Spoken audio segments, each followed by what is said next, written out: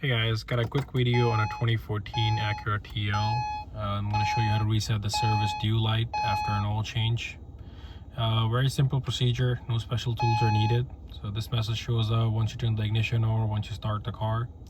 So first we're going to do, use the select button, press it till you clear it, keep on pressing it till you get to the oil life.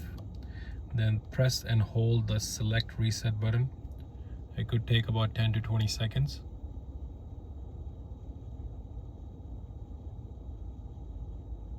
All right, let it go. Then press this up button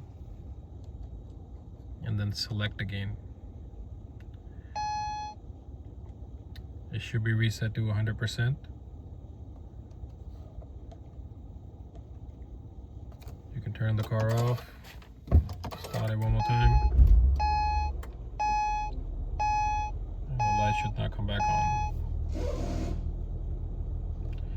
Alright, hopefully this helps.